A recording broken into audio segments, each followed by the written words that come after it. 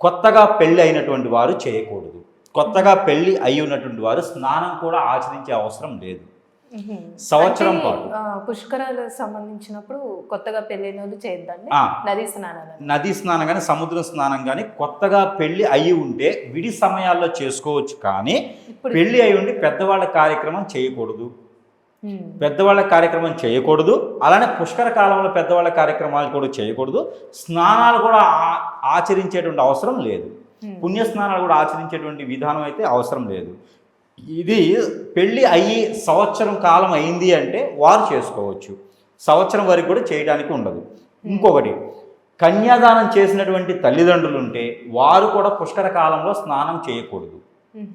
మరొకటి, పుష్కర కాలంలో తల్లిదండ్రులు ఎవరైతే కన్యాదానం చేసిన వారు ఉంటారో, తల్లిదండ్రులే కాకుండా పిల్లవాడి ఒక తల్లిదండ్రులు ఉంటారో వారు కూడా స్నానం చేయకూడదు. జన్యధారణ చేసిన వారు కానీ కన్యాదానం చేసిన వారు కానీ, అంటే పెళ్లి కొడుకు వారి తల్లిదండ్రులు, పెళ్లి కూతురు వాళ్ళ తల్లిదండ్రులు కూడా ఈ పుష్కర కాలంలో పెద్దవారి కార్యక్రమాలు చేయకూడదు. సంవత్సరం పాటు వారికి అవసరం లేదు.